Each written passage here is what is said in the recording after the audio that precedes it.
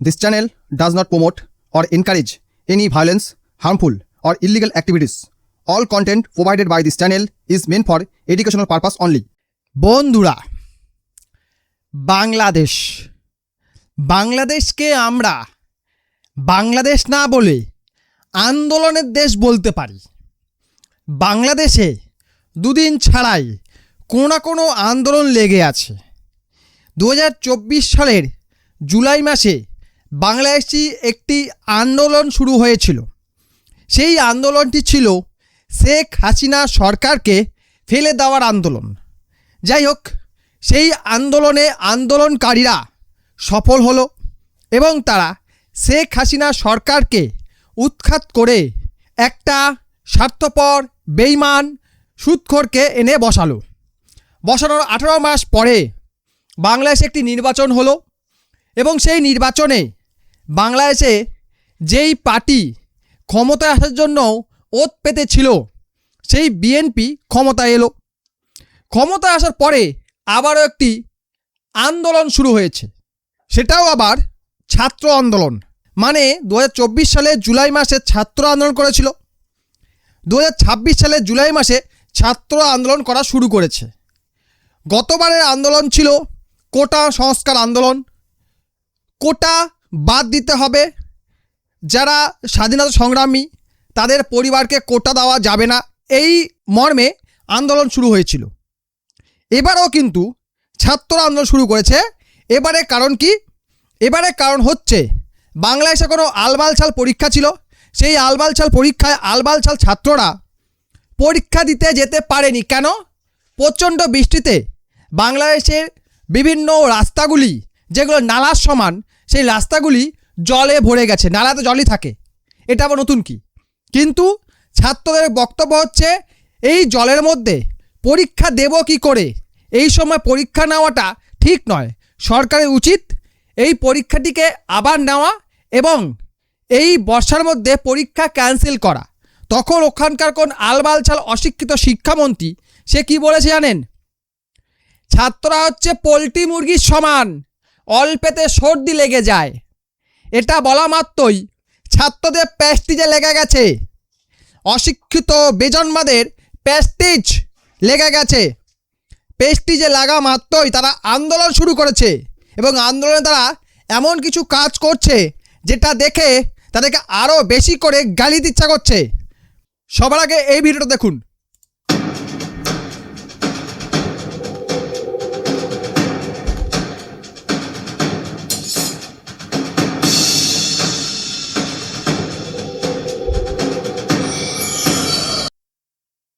Video কি দেখলেন?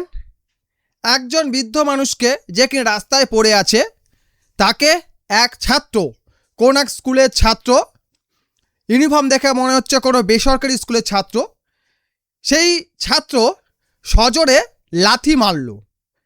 একজন বৃদ্ধ মানুষ রাস্তায় পড়ে আছে, আবার শোনা যাচ্ছে ইনি নাকি অসুস্থ একজন মানুষ, রাস্তায় পড়ে গেছে কোনোভাবে। তাকে তুলে ধরা উচিত। আমরা হলে কি করতাম? তাকে তুলে তাকে তার জায়গা পৌঁছে দিতাম বা হসপিটালে পোর্ট করতাম, কিছুটা করতাম। তো একে সজোরে লাথি মারল। এই হচ্ছে বাংলাদেশের ছাত্র। এদের আবার পরীক্ষা, বেজন্মাদের আবার পরীক্ষা হয়। যাদের জন্ম হয়েছে ফাটা কন্ডমে তাদের আবার পরীক্ষা। তারা পরীক্ষা দিয়ে কী করবে? সেই তো ইউরোপ বা আমেরিকায় গিয়ে সুইপারে কাজ করবে, আবার বড় বড় বাতেলা মারবে। আমরা বিদেশে থাকি, আমরা আমেরিকায় থাকি, আমরা ব্রিটেনে থাকি, আমরা ইউরোপে থাকি, আমরা মধ্যপ্রাচ্যে থাকি। ওখানে যে ওই সব দেশের নাগরিকরা তোমাদের পেছন মারে ওটা তো বলো না, কেনই বা মারবে না? এইসব দৃশ্য দেখার পর কোনো দেশের ভদ্র সভ্য নাগরিককে এদেরকে নিতে চাইবে?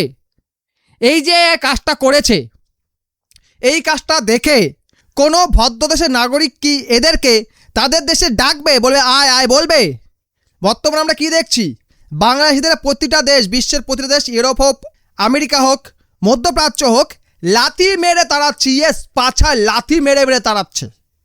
এদের অবস্থা এতটাই খারাপ হয়ে গেছে, রাস্তার নেড়িকুত্তাও এর থেকে বেশি সম্মান পাচ্ছে। বর্তমানে বিদেশেরা কোনো সম্মান পায় না, তারপরেও এই সকল আচরণ থেকে এরা বিরত থাকছে না। একজন বৃদ্ধ পথচারীকে লাথি মারছে, সজোরে কষে লাথি মারছে, এরা নাকি আবার ছাত্র। এরা আবার ছাত্র, এরা পরীক্ষা দিতে যেতে পারেনি বলে আন্দোলন করেছে। এইসব ছাত্রদের আরও একটি নমুনা দেখাচ্ছে, দেখুন।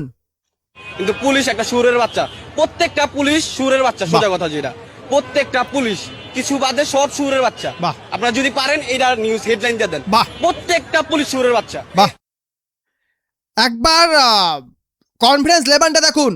মিডিয়াকে বলছে আপনারা পারলে এটাকে হেডলাইন করে দিন। দেশের পুলিশকে গালি দিচ্ছে। আমাদের এখানে কেউ দিতে পারবে? কার দম আছে? তাকে বাড়ি থেকে তুলে নিয়ে চলে যাবে একবারে, তারপর থানায় গিয়ে একদম পিছনে রুল টাং ভরে দেবে।